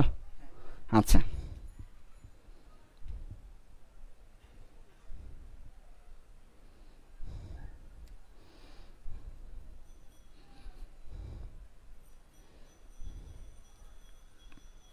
ওইখান থেকে বলে দাও কারেন্ট গেছে, একটু পর ঠিক হয়ে যাবে। আচ্ছা আচ্ছা হ্যাঁ ঠিক আছে, ওকে ঠিক আছে, এখন ঠিক হয়ে গেছে মোটামুটি। এখন আমরা এবার আমাদের লাইটিংটা একটু ভালো করা লাগবে আর কি, ঠিক আছে। আচ্ছা যাই হোক আমরা দেখি লাইটিংটা কিভাবে ভালো করা যায় সেটা আমরা দেখছি।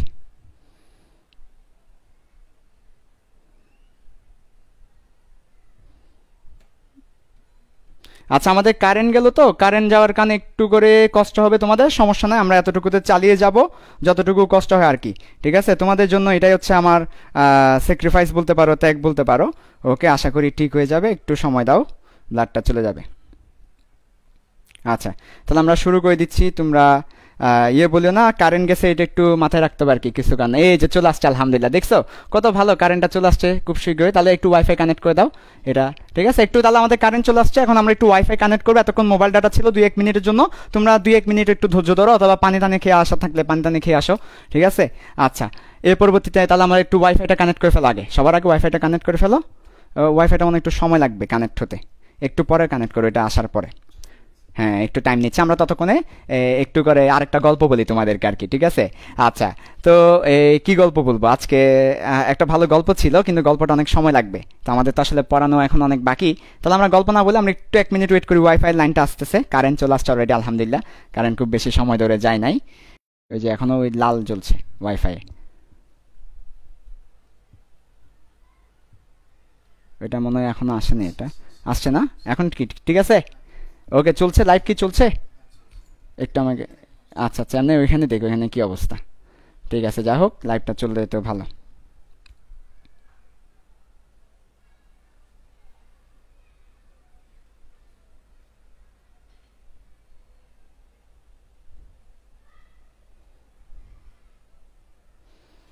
একটু এখান থেকে বলে দাও যে কারেন্ট যাওয়ার কারণে একটু সময় নিচ্ছে এই কারণে। আচ্ছা আচ্ছা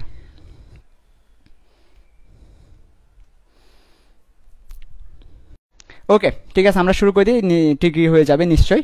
ওকে তাহলে এবার দেখো ভাইয়া, আমাদের কারেন্ট চলে যাওয়ার কারণে মাঝখানে আমরা আবার মোবাইল ডাটা দিয়ে এসেছি, লাইট টাইট দিয়ে এসেছি, আবার কারেন্ট চলে আসছে, ফলে ওয়াইফাই আবার রিকানেক্ট করতে হয়েছে, এতে একটু সময় নিয়েছে। তোমরা সাথেই ছিলে, এই জন্য তোমাদেরকে অসংখ্য ধন্য, যুগ নট বাদ, বাদ দিব না যোগ দিব, ঠিক আছে। এবার চলে আসছো সবাই, আবার জাক্কাস হয়ে যাও, আবার ফ্রান ফিরে পাও, যদি ফ্রান ফিরে না পাও তাহলে হচ্ছে আবার দৌড়ো দৌড় না, শুরু করে দিই, বেশি হয়ে যাচ্ছে, ঢং করা যাবে না, ঢং করা যাবে না, ঢং করলে সমস্যা আছে। তাহলে দেখো আমাদের এই যে আমরা বললাম ফ্লো চার্টের জন্য ANSI কিংবা ISO স্বীকৃত যেসব চার্ট নির্ধারণ করে দিয়েছে, যেসব সিম্বল নির্ধারণ করে দিয়েছে ওইগুলো দেখছিলাম আমরা। তো শোয়ানো ডিম বা ওভাল শেপের মতো যে শেপটা আছে সেটা দ্বারা বোঝায় কোনো কিছু শুরু বা শেষ করা, স্টার্ট অথবা স্টপ করা, স্টার্ট অথবা স্টপ করা। আচ্ছা এর পরবর্তীতে এবার আমরা চলে যাব আরেকটি শেপ, সেটা হচ্ছে সামান্তরিক শেপ। এই যে সামান্তরিক শেপ যেটা আছে ANSI কিংবা ISO বলে দিয়েছে, এই সামান্তরিক শেপটা তোমরা ব্যবহার করবে। এই যে সামান্তরিক শেপটা তোমরা দেখতে পাচ্ছ, এই সামান্তরিক শেপটা তোমরা ব্যবহার করবে। সামান্তরিক যে শেপটা দেখতে পাচ্ছ বা প্যারালেলোগ্রাম যে শেপটা তোমরা দেখতে পাচ্ছ, সেই শেপটা তোমরা ব্যবহার করবে কিসের ক্ষেত্রে? যদি তোমরা কোনো কিছু ইনপুট নাও, তোমরা যদি কোনো কিছু ইনপুট নাও অথবা আউটপুট নাও। আচ্ছা বাবুর এখন কি ঠিক আছে সব কিছু? আচ্ছা এখন ঠিক আছে বাবু সব কিছু? ওকে, তাহলে দেখো আমরা যদি প্যারালেলোগ্রাম অথবা সামান্তরিক শেপটা আমরা ব্যবহার করব কোনো কিছু যখন আমরা ইনপুট নিতে যাব কিংবা আউটপুট দেখাতে যাব। মনে করো তুমি কোনো একটা কিছু ইনপুট নিয়েছো, তুমি সামান্তরিক দিয়ে সেটা বুঝাবে, অথবা তুমি কোনো কিছু আউটপুট দেখাচ্ছ, তুমি সামান্তরিক দিয়ে সেটা বুঝাবে। আর যদি শোয়ানো ডিম দেখতে পাও তাহলে বুঝতে হবে এখানে স্টার্ট হয়েছে অথবা স্টপ হয়েছে, স্টার্ট হয়েছে অথবা স্টপ হয়েছে, তাহলে বুঝতে হবে সেটা সামান্তরিক। আর সেটা স্টার্ট অথবা স্টপ দেখলে বুঝতে হবে সেটা শোয়ানো ডিম, আর ইনপুট অথবা আউটপুট দেখলে বুঝতে হবে সেটা সামান্তরিক। আচ্ছা ঠিক আছে, ওকে ভাইয়া। এর পরবর্তীতে চলে আসো, এর পরবর্তীতে কাকে মিস করছি বলো তো? সামান্তরিক চলে আসলেই সাথে সাথে চলে আসে আয়ত। এই যে আয়ত, রেক্ট্যাঙ্গেল, আমাদের যদি একটা রেক্ট্যাঙ্গুলার চলে আসে আমাদের কাছে অথবা আয়তক্ষেত্র চলে আসে আমাদের কাছে, সেই আয়ত দ্বারা এএনএসআই কিংবা আইএসও বলে দিচ্ছে তোমরা এরকম আয়ত দ্বারা বুঝাবা প্রসেসিং, কোনো কিছু প্রসেস হওয়া, কাজ হওয়া। প্রসেস মানে কোনো কাজ করা। আচ্ছা তোমরা একটু আমাকে বলো, এটা মনে রাখার জন্য বলছি, যে আমরা কাজ কোথায় করি, আমরা কাজ কোথায় করি একটু আমাকে বলে ফেলো। এটা একটু অফ করলে ভালো হয়, লাইটটা ছায়া পড়ছে মনে হয়। আচ্ছা তাহলে আমরা কাজ কোথায় করি? ঘরের ভিতরে করি, তাই না? আমরা যে খেলাধুলা করি কিংবা কাজকর্ম করি কোথায় করি? ঘরের ভিতরে না? ঘরের ভিতরে নাকি বাইরে তুমি খেলাধুলা করো? না না, ছি বাইরে না, আমরা যে কোনো কাজ করি ঘরের ভিতরে। বুঝতে পারছো তো? কাজকাম ঘরের ভিতরে চলে। এই যে ঘর দেখতে কেমন? ঘর দেখতে কি তেরা বেকা শোনো ডিমের মতো ঘর? ঘর হচ্ছে একটা আয়ত, ঘর দেখতে আয়তর মতো, তাই ঘরের ভিতরে কাজকর্ম চলে। তাই কাজ করা বা প্রসেসিং কিংবা কাজকর্ম, খেলাধুলা সবগুলা ঘরের ভিতর চলার কারণে এই যে কাজ করা, প্রসেসিং, এটা আমরা এভাবে করে প্রকাশ করি। এটা হচ্ছে আমার মনে রাখার জন্য ব্যাখ্যা, এটা আবার কিন্তু কোনো ব্যাখ্যা নাই। তাহলে এই যে আয়ত, আয়ত দ্বারা বোঝায় কোনো কিছু প্রসেস হওয়া বা কাজ করা। ঠিক আছে? সবকিছু ঠিক আছে কিনা একটু করে আমাকে একটু দেখাও, সবকিছু ঠিক আছে কিনা? আচ্ছা আচ্ছা, হ্যাঁ সবকিছু ঠিক আছে, ওকে সবকিছু ক্লিয়ার। আমাদের আসলে মাঝখানে কারেন্ট যাওয়াতে একটু সমস্যা হয়েছিল আর কি। ঠিক আছে, এর পরবর্তীতে চলে আসো ভাইয়া। এর পরবর্তীতে আমরা চলে যাব, আমাদের আরও শেপ বাকি আছে। আমরা নিচে দেখাচ্ছি না, আমরা এগুলো একটু মুছে দেখাবো আর কি। ঠিক আছে, তাহলে একটু মাথায় রাখা, আরেকবার সামারি দিয়ে দিই যেহেতু মুছে ফেলবো, আরেকবার সামারি দিয়ে দিই যেহেতু মুছে ফেলবো, তাই আরেকবার সামারি দিয়ে দিই। ওকে, তাহলে দেখো আমার যদি শোয়ানো ডিমের মতো কিছু থাকে তাহলে সেটা বুঝাবে শুরু অথবা শেষ। যদি আমার সামান্তরিকের মতো কিছু থাকে সেটা বুঝাবে ইনপুট অথবা আউটপুট। যদি আমার রেক্ট্যাঙ্গেলের মতো কিছু থাকে সেটা বুঝাবে প্রসেস হচ্ছে বা কাজ হচ্ছে। একটু পরে যখন আমরা প্র্যাকটিস করব তখন এগুলো একেবারে ভালো করে মজা পাবো, ক্লিয়ার হয়ে যাবে। আচ্ছা, আমাদের আর বেশি না, আর মাত্র 3টা সিম্বল বাকি আছে। কয়টা? আর মাত্র 3টা সিম্বল বাকি আছে। আমরা মাত্র 3টা সিম্বল পড়লেই মোটামুটি আমরা ফ্লোচার্টের সিম্বলগুলো পড়ে ফ্লোচার্টের প্র্যাকটিসে যেতে পারবো। সো সাথেই থাকুন এবং মেনশন করতে থাকুন, সাথেই থাকুন, মেনশন করতে থাকুন, কমেন্ট করতে থাকুন, জানিয়ে দিন কেমন লাগছে আজকের ক্লাস। ঠিক আছে, আচ্ছা দেখো এবার পরের একটা সিম্বল হচ্ছে ডায়মন্ডের মতো সিম্বল অথবা হচ্ছে রম্বসের মতো সিম্বল। এটাকে দেখতে অনেকটা রম্বসের মতো মনে হয়, আবার অনেকটা হীরকের মতো মনে হয়, ডায়মন্ডের মতো মনে হয়। ঠিক আছে, আচ্ছা ঠিক আছে, ডায়মন্ডের মতো মনে হয়, এটাকে অনেকটা ঘুড়ির মতো মনে হয়, ঘুড়ি।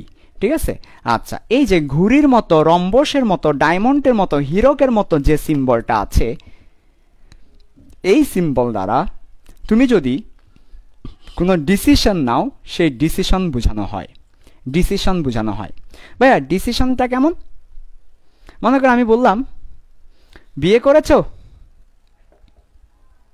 বিয়ে করেছো, বাবু খেয়েছো, এই যে এগুলো হচ্ছে ডিসিশন। যে আমি প্রশ্ন করব বিয়ে করেছো কিনা বা বাবু খেয়েছো কিনা, উত্তর হবে ইয়েস অর নো। বাবু খেয়েছো, উত্তর হবে ইয়েস অর নো। বাবু খাইছো, এই যে এগুলো হচ্ছে ডিসিশন, ইয়েস অর নো। এই যে ডিসিশন বলতে বোঝাচ্ছে কোন একটা প্রশ্ন যার অ্যান্সার ইয়েস অর নো, কোন একটা প্রশ্ন ইয়েস অর নো। তুমি কি আমাকে বিয়ে করবে, ইয়েস অর নো। তুমি কি আমার বিয়েতে কবুল বলবে, ইয়েস অর নো। কবুল বলো, বলবো না, বলবো, ইয়েস অর নো। এরকম যখন কোনো কিছু চলে আসবে তাকে আমরা বলি ডিসিশন নেওয়া। তুমি আমাকে মেরে ফেলবে, ইয়েস অর নো, ডিসিশন। এই ডিসিশনগুলোতে আমরা এ সাইনটা ব্যবহার করি, যে কোনো ডিসিশন বোঝাতে আমরা এ সাইনটা ব্যবহার করি। বাবু খাইছো, ইয়েস অর নো, ডিসিশন। এবং এ ধরনের ডিসিশনের অ্যান্সার হয় আইদার ইয়েস অর নো। আচ্ছা ঠিক আছে, এর পরবর্তীতে আর দুটা সিম্বল বাকি আছে। আর বাকি দুইটা সিম্বল আমরা একটু দেখব, দেখো ভালো করে। এর পরবর্তীতে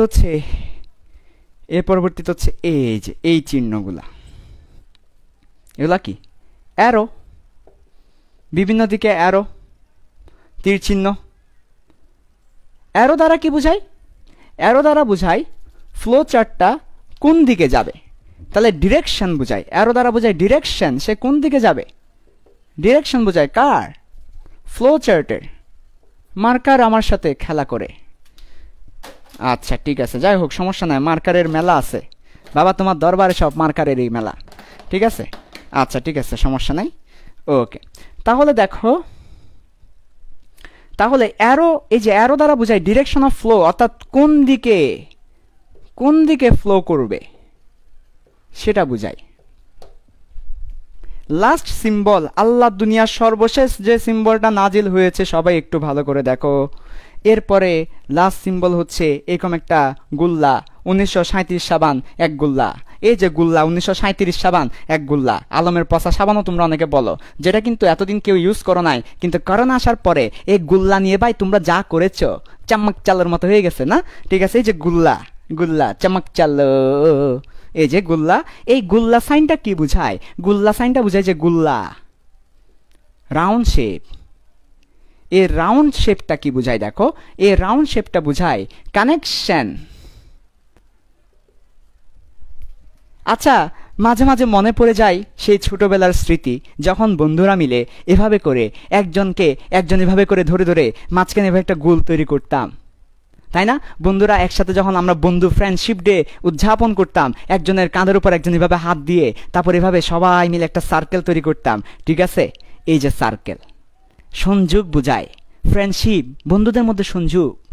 এটা ওই সংযোগ নয়, ওই যে বাবুর সাথে বাবুনির টোনাটুনি নয়, এটা বন্ধুদের মধ্যে একটা সংযোগ বোঝায়, এই যে সংযোগ। তেমনিভাবে গুল্লা দ্বারা সংযোগ বোঝায়। এই যে যখনই তুমি গুল্লা দেখতে পাবা, গুল্লা দ্বারা বোঝাচ্ছে সংযোগ, কানেকশন। কিসের কানেকশন রে ভাই, কিসের কানেকশন একটু বইলা দেন। কানেকশন বলতে বোঝায়, তোমার মনে করো এদিক থেকে একটা ফ্লো চার্ট আসছে, এদিক থেকে একটা ফ্লো আসছে, উপর থেকে একটা ফ্লো নাজিল হয়েছে, নিচ থেকে একটা ফ্লো গেল, সবগুলা ফ্লোকে তুমি একটা বিন্দুতে কানেক্ট দিতে চাচ্ছ, তখন তোমাকে এই 1937 সাবানের গুল্লা ব্যবহার করতে হবে। বুঝতে পারছি? তাহলে গুল্লা বা রাউন্ড বা কানেকশনটা আমরা ব্যবহার করি যখন অনেকগুলা ফ্লো একসাথে একটা বিন্দুতে আসে, তখন কানেকশন দেওয়ার জন্য সবার মাঝে। তো এই 6টা ছিল আমাদের ফ্লো চার্টের আন্তর্জাতিক মানের সিম্বলগুলো আর কি। তো একটু করে বলে দাও কি অবস্থা তোমাদের সবার? আচ্ছা, কি অবস্থা একটু করে বলে দাও। আচ্ছা ঠিক আছে,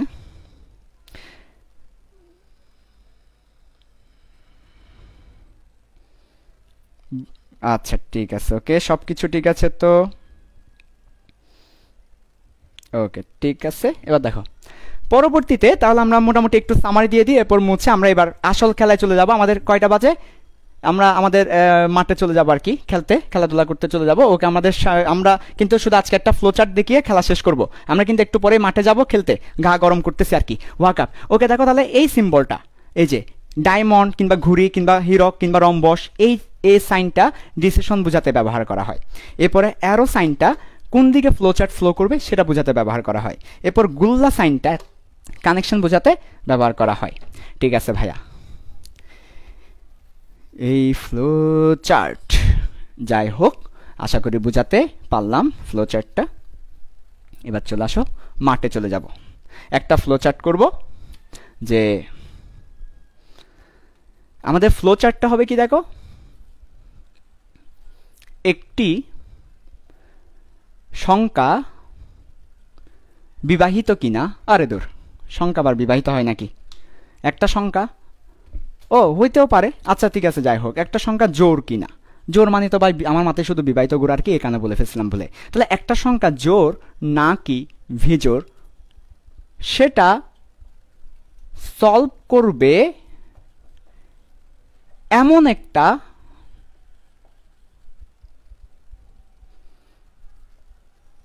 অ্যালগোরিদম লিখো, এরপরে ফ্লো চার্ট লিখো।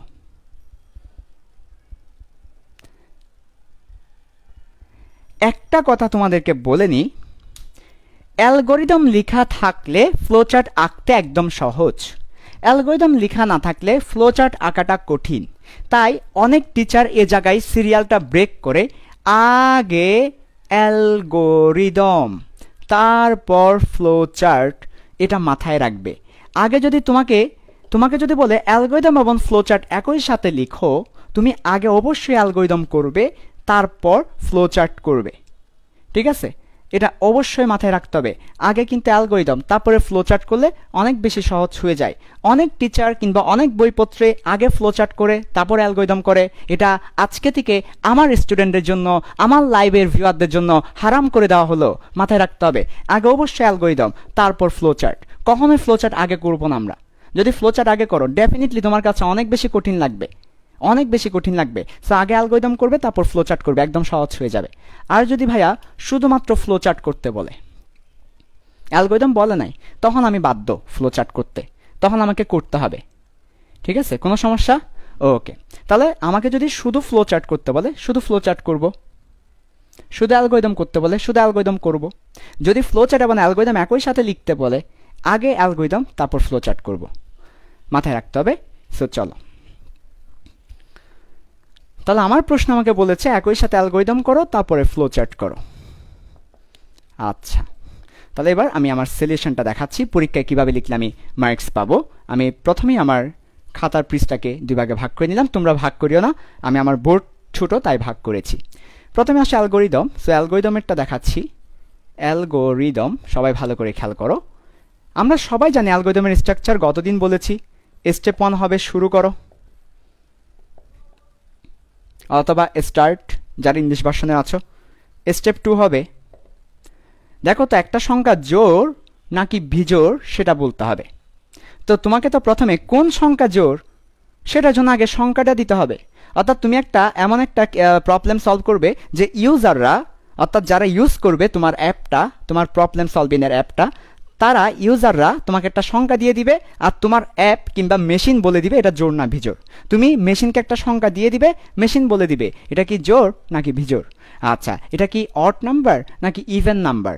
ইভেন মানে জোড়, অড মানে বিজোড়। মনে রাখবা কিভাবে, অডের মধ্যে 3টা লেটার আছে, সো 3 বিজোড় সংখ্যা তাই অড বিজোড়। আর ইভেনের মধ্যে 4টা লেটার আছে, 4টা মানে হচ্ছে জোড় তাই ইভেন মানে জোড়। অনেক সময় জোড় এবং বিজোড়ের ইংলিশ আমরা সবাই জানি অড ইভেন, কিন্তু কোনটা যে কার সম্পত্তি সেটা জানি না। তো এটা মাথায় রাখতে হবে। ঠিক আছে, সবকিছু ঠিক আছে? ওকে, তাহলে এবার দেখো স্টেপ 2 হচ্ছে ইনপুট হিসেবে অবশ্যই আমাকে একটা সংখ্যা দিতে হবে, যে সংখ্যাটা জোড় নাকি বিজোড় বলবো। ইনপুট হিসেবে একটি সংখ্যা নেওয়া। 3 নম্বর স্টেপ হবে আচ্ছা কোন একটা সংখ্যা জোড় হবে না বিজোড় হবে, এটার প্রসেসটা কি, এটার লজিকটা কি, এটার ম্যাথমেটিক্সটা কি। কোন একটা সংখ্যা যদি 2 দ্বারা বিভাজ্য হয় তাহলে সে জোড় হবে, 2 দ্বারা বিভাজ্য না হয় তাহলে সে কি হবে, বিজোড় হবে। এটা হচ্ছে লজিক। তাহলে একটা সংখ্যা আমরা মনে করো x নিলাম, ইনপুট হিসেবে একটি সংখ্যা x নাও, ঠিক আছে, অথবা নেওয়া হলো। আচ্ছা, তাহলে এই যে x যেটাকে নিলাম সেটাকে আমরা 2 দ্বারা ভাগ করে দিব, তারপরে সমান 0 কিনা বলবো। ভাই আপনি যে জিনিসটা লিখেছেন এটা কি জিনিস লিখেছেন ভাই? দেখো এটাকে একটু বিশ্লেষণ করছি, যে জিনিসটা লিখেছে এটাকে একটু বিশ্লেষণ করছি। x % 2 is equal to 0। এরপর একটা প্রশ্নবোধক। এই লাইনটার প্রত্যেকটা জিনিস কিন্তু ইম্পর্টেন্ট বুঝার জন্য। ভবিষ্যতে শুধু এটাই পাবে, প্রোগ্রামিংয়ে এটাই পাবে, আইসিটিতে এটাই পাবে। সে একবার বুঝতে পারলে ভালো। একটা সংখ্যা x, এই সাইনটা দ্বারা বোঝায় না পার্সেন্টেজ, এটা বুঝায় না আইসিটিতে, অন্তত এখানে এই সাইনটা দ্বারা বুঝায় ভাগশেষ। কি বুঝায়? রিমাইন্ডার। ভাগশেষ বা রিমাইন্ডার বুঝায়। আর এই সাইনটা দ্বারা বুঝায় ওয়েদার, কিনা মানে ডিসিশন। এবার পুরো লাইনকে আমি ট্রান্সলেট করছি। দেখো x একটি সংখ্যা যাকে 2 দ্বারা ভাগ করব ভাগ করার পরে ভাগফল নিব না, ভাগফল নিব না, ভাগফল নিব না, ভাগশেষ নিব, ঠিক আছে, রেজাল্ট নিব না, রিমাইন্ডার নিব। এরপরে ওই রিমাইন্ডারটা, তাহলে এইটুকু দ্বারা কি বোঝাচ্ছে? এইটুকু দ্বারা বোঝাচ্ছে এক্স একটি সংখ্যাকে 2 দ্বারা ভাগ করার পরে ভাগশেষ যেটা আসবে, রিমাইন্ডার যেটা আসবে সেটা সমান 0 কিনা। তাহলে রিমাইন্ডার যেটা আসবে সেটা 0 এর সমান কিনা, 0 এর সমান কিনা। তাহলে এই লাইনটাকে যদি আমি লিখি তাহলে হচ্ছে এক্সকে 2 দ্বারা ভাগ করে ভাগশেষ, নট ভাগফল। কিন্তু যদি আমি ভাগফল বোঝাতাম তখন আমি এই সাইনটা দিতাম না, ভাগশেষ বোঝানোর কারণে এই সাইনটা দিয়েছি। এটা দ্বারা পার্সেন্টেজ বোঝায় না, এটা দ্বারা মড বোঝায়, মড। সামনে মড নিয়ে বিস্তারিত বলবো, আজকে জেনে রাখো এটা দ্বারা ভাগশেষ বা রিমাইন্ডার বোঝায়। তাহলে ভাগশেষ 0 হবে কিনা, এই লাইনটা আমরা বাংলায় যদি না লিখে একটা এক্সপ্রেশন দিয়ে, একটা গাণিতিক সমীকরণ দিয়ে লিখতে চাই তাহলে এটা দেখাবে এমন, এক্সকে 2 দ্বারা ভাগ করে ভাগশেষ 0 কিনা। ভাইয়া যদি আমরা ভাগশেষ না পেয়ে আমরা যদি ভাগফল চাই, রেজাল্ট চাই, তাহলে আমরা সাইনটা দিব এইভাবে, এটা দ্বারা ভাগফল বোঝাই। এই যে একটা এইভাবে দাগ, এটা দ্বারা ভাগ বোঝাই। এই যে আমরা x/2 বলি না, এই দাগটাকে একটু অ্যাঙ্গেল করে দাও, তাহলে এই ভাগ, এই যে এভাবে এই ভাগ বোঝাই আমরা। তো এটা হচ্ছে আমাদের ভাগফল, কিন্তু আমরা এইভাবে যখন দিব ভাগশেষ বুঝাবে। আচ্ছা, এবার 4 নম্বর স্টেপ দেখো। 4 নম্বর স্টেপ হচ্ছে আমাদের এক্সকে 2 দ্বারা ভাগ করার পর যদি 0 হয়, তাহলে 4 নম্বর স্টেপে যাওয়ার আগেই মনে রাখবে একটা কথা, আমাদের কিন্তু সময় গড়িয়ে যাচ্ছে। জানি না আজকে ফ্লো চার্ট আমি শুরু করতে পারবো কিনা, আমাদের কিন্তু 10টায় শেষ করে দিতে হবে লাইভটা, আমরা কিন্তু শেষ করে দিব, বেশিক্ষণ থাকবো না। দেখো আজকে আরেকটা বেসিক দিয়ে দিচ্ছি। যদি তুমি কখনো দেখো কোন একটা স্টেপ তোমার ডিসিশন নেওয়া হচ্ছে, ডিসিশন নেওয়া হচ্ছে এটা আমি বুঝবো কেমনে? ওইখানে ওয়েদার শব্দটা থাকবে ইংলিশ ভার্সনে যারা আছো, ওইখানে কিনা শব্দটা থাকবে বাংলা ভার্সনে যারা আছো, অথবা প্রশ্নবোধক থাকবে, প্রশ্নবোধক দ্বারা ডিসিশন অথবা ওয়েদার অথবা কিনা বুঝায়। তাহলে কোন একটা স্টেপে যদি তুমি ডিসিশন দেখো, কোন একটা স্টেপে যদি তুমি দেখো কিনা, কোন একটা স্টেপে যদি তুমি দেখো ওয়েদার, তাহলে ওই স্টেপের পরে তুমি একটা কাজ করা ফরজ, সেটা হচ্ছে এখানে 2টা লিখে ফেলা, একটা হচ্ছে হ্যাঁ, একটা হচ্ছে না, একটা হচ্ছে ইয়েস, একটা হচ্ছে নো। কারণ তুমি যখন প্রশ্ন করবে বাবু খেয়েছো কিনা, বাবু খেয়েছো কিনা, তুমি প্রশ্ন করছো। এর আগের লাইনগুলো প্রশ্ন ছিল না, অ্যাসার্টিভ সেন্টেন্স ছিল। শুরু করো, ইনপুট হিসেবে নাও, বাট এটা ইন্টারোগেটিভ সেন্টেন্স। প্রশ্ন করেছো ডিসিশনের জন্য, বাবু তুমি খেয়েছো কিনা। তাহলে বাবু তুমি খেয়েছো কিনা এরকম যখন প্রশ্নটা করবে, ওই স্টেপের মধ্যেই তোমাকে 2টা জিনিস অবশ্যই নিয়ে আসতে হবে। এই 2টা জিনিস আনা ফরজ, আইসিটির ভাষায় ফরজ। যখন তুমি কোন একটা ডিসিশন নিবে, কোন একটা স্টেপে তুমি ডিসিশন নিচ্ছ প্রশ্ন করে, এক্সকে 2 দ্বারা ভাগ করার পর 0 হবে কিনা ডিসিশন নিচ্ছে প্রশ্ন করে, তখন 2টা জিনিস নিয়ে আসতে হবে, একটা হচ্ছে হ্যাঁ, একটা হচ্ছে না। এখন আমার 2টা জিনিস হতে পারে। দেখো বাবু খেয়েছো কিনা, ও যদি বলে হ্যাঁ আর ও যদি বলে না, এরপরে তুমি এবার স্টেপগুলা লিখবা। মনে করো এটা হচ্ছে স্টেপ 3, তাহলে পরের এটা হবে স্টেপ 4, এটা হবে স্টেপ 5। স্টেপ 4-এ লিখবা, মনে করো স্টেপ 4-এ লিখবা ঘুমাই যাও, আর স্টেপ 5-এ লিখবা খেয়ে আসো। 2টা অ্যাসার্টিভ সেন্টেন্স লিখবা, খেয়ে আসো, ঘুমাই যাও। এই যে যদি তুমি একটা প্রশ্ন করেছো বাবু খেয়েছো কিনা, সেটার অ্যান্সার যদি হ্যাঁ হয়, তাহলে তুমি বলবা স্টেপ 4-এ যাও।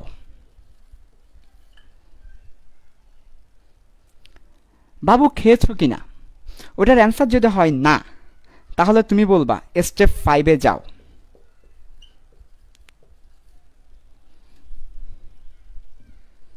এই যে বিষয়টা একটু কঠিন মনে হবে প্রথম, কয়েকবার বলার পরে সহজ হয়ে যাবে। একটু মনোযোগ দিব। আজকে আর বেশি পড়াবো না, আজকে এটাই লাস্ট। এরপর থেকে বাকিগুলো আগামী দিন শুরু করব।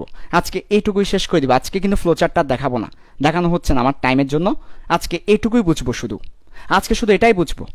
আজকে ফ্লোচার্টটা দেখাবো না, আজকে শুধু এটাই বুঝবো। এটাই আমার জন্য সবচেয়ে ইম্পর্টেন্ট। কোন একটা স্টেপে আমার কথাগুলো একেবারে মুখস্থ করে ফেলো, বুঝতে বুঝতে কোন একটা স্টেপে যদি তুমি দেখো ডিসিশন নেওয়া হচ্ছে, ওয়েদার আছে কি না আছে, প্রশ্নবোধক আছে, বাবু খেয়েছো কিনা, বাবু বিয়ে করেছো কিনা, এরকম একটা প্রশ্ন ডিসিশন থাকবে, তখন সেক্ষেত্রে পরের স্টেপে না গিয়ে আগে তার অ্যান্সারগুলো লিখে ফেলতে হবে। দুই ধরনের অ্যান্সার হয় ডিসিশনের। তুমি কোন একটা ডিসিশন নিতে গিয়ে দুই ধরনের অ্যান্সার হয়, হ্যাঁ না। তুমি সাইম ভাইয়ের কাছে ভর্তি হবে কিনা, উত্তর হবে হ্যাঁ, উত্তর হবে না, উত্তর হবে হ্যাঁ, উত্তর হবে না। তাহলে হ্যাঁ হলে কি করব সেটা বলে দেওয়া লাগবে না, তুমি তো প্রবলেম সলভ করছো, এগুলো তো প্রবলেম সলভের স্টেপ, অ্যালগরিদম মানে তো প্রবলেম সলভের স্টেপ। তাহলে যদি হ্যাঁ হয় উত্তরটা, তাহলে কি করব, আমি সাইম ভাইয়ের কাছে ভর্তি হব, হ্যাঁ কি করব। অথবা তোমার উত্তর যদি হয় না, সাইম ভাইয়ের কাছে ভর্তি হবে কি না, তোমার উত্তর হচ্ছে না, তাহলে তুমি কি করবে সেটা কিন্তু বলে দেওয়া লাগবে। এ কি করবে সেগুলো পরের স্টেপে লিখবো আমরা। ঘুমাই যাও খেয়ে আসো, পরের স্টেপে লিখে রাখলাম কি করব। তাহলে কোন একটা প্রশ্ন করলাম ডিসিশনের জন্য, তার অ্যান্সার হবে দুইটা, একটা হ্যাঁ একটা না, একটা হ্যাঁ একটা না। হ্যাঁ হলে কি করব সেটা পরের স্টেপে লিখব, না হলে কি করব সেটা পরের স্টেপে লিখব।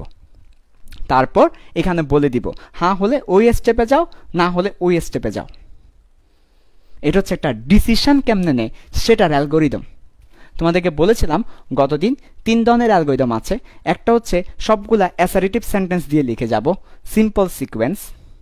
একটা হচ্ছে ডিসিশন নেওয়ার জন্য লিখব, যেটাকে বলা হয় ডিসিশন অ্যালগরিদম। এই আজকেরটা হচ্ছে ডিসিশন অ্যালগরিদম। আরেক ধরনের অ্যালগরিদম আছে যেটা রিপিটেড বা লুপ। তো আজকে আমরা এতটুকু থাকবে, এরপর থেকে আগামী দিন শুরু করব। যারা আজকের ক্লাসটা করো নাই, আমি তো ডিলিট করে দিব ভিডিওটা, তাদের আর করার দরকারও নাই। আল্লাহ হাফেজ। যারা করছো তারাই করবে, দরকার নাই আমার, ফ্রি খাওয়াচ্ছি। যারা পাত্তা দিবে না তাদের দরকার নাই, যারা পাত্তা দিবে তাদের জন্যই। তাহলে আগামী দিনে এটা আমি আরেকটু ক্লিয়ার করব, তারপর শুরু করব। তো আজকে এটুকুই থাকবে। আমি লাস্ট এর একবার সামারি দিয়ে দিচ্ছি। কোন একটা স্টেপ যদি আসে ডিসিশন নিতে হবে, তোমাকে একটা প্রশ্ন করবে, এক্সকে 2 দ্বারা ভাগ করার পর ভাগশেষ শূন্য কিনা। ভাগশেষ শূন্য হতেও পারে, নাও হতে পারে। তাহলে ভাগশেষ যদি শূন্য হয় তাহলে কি করবে, ভাগশেষ যদি শূন্য না হয় তাহলে কি করবে, আমি একটু এখানে দেখা দিচ্ছি। ভাগশেষ যদি শূন্য হয়, ভাগশেষ যদি শূন্য না হয়, স্টেপ 4 স্টেপ 5 দিয়ে দেখাই দিচ্ছি, তাহলে একদম ফিনিশিং হয়ে যাবে। এক্সকে 2 দ্বারা ভাগ করার পর ভাগশেষ শূন্য কিনা। যদি ভাগশেষ শূন্য হয় তার মানে সে 2 দ্বারা বিভাজ্য। 2 দ্বারা বিভাজ্য হলে সেটা জোড়, আর 2 দ্বারা বিভাজ্য না হলে সেটা বিজোড়। তাহলে এক্সকে 2 দ্বারা ভাগ করার পর যদি শূন্য আসে, হ্যাঁ, তাহলে স্টেপ কততে যাবে, 4-এ যাবে। আর না, স্টেপ কততে যাবে, 5-এ যাবে।